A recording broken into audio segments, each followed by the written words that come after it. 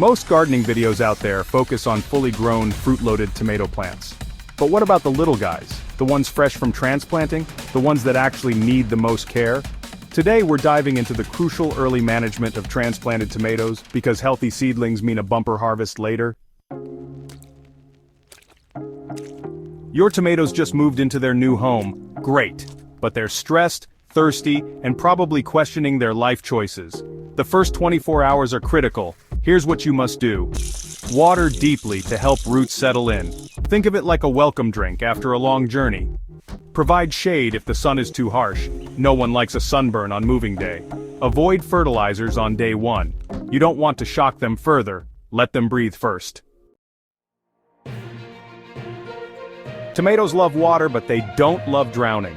The trick?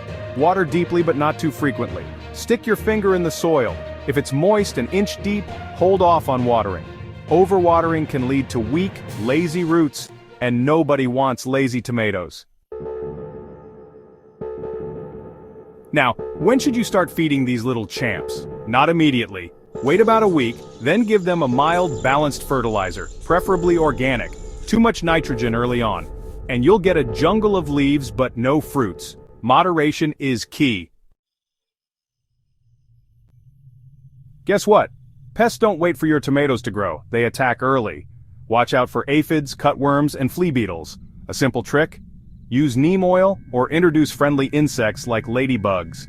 Nature has its own security team. Use it. Mulching is like giving your tomatoes a cozy blanket. It keeps the soil cool, retains moisture, and reduces weeds. Use dry grass, straw, or shredded leaves, but keep it slightly away from the stem to avoid rot.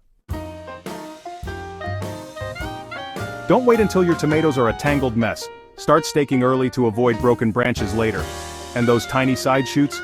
Pinch them off early to direct energy where it matters, towards strong, healthy growth.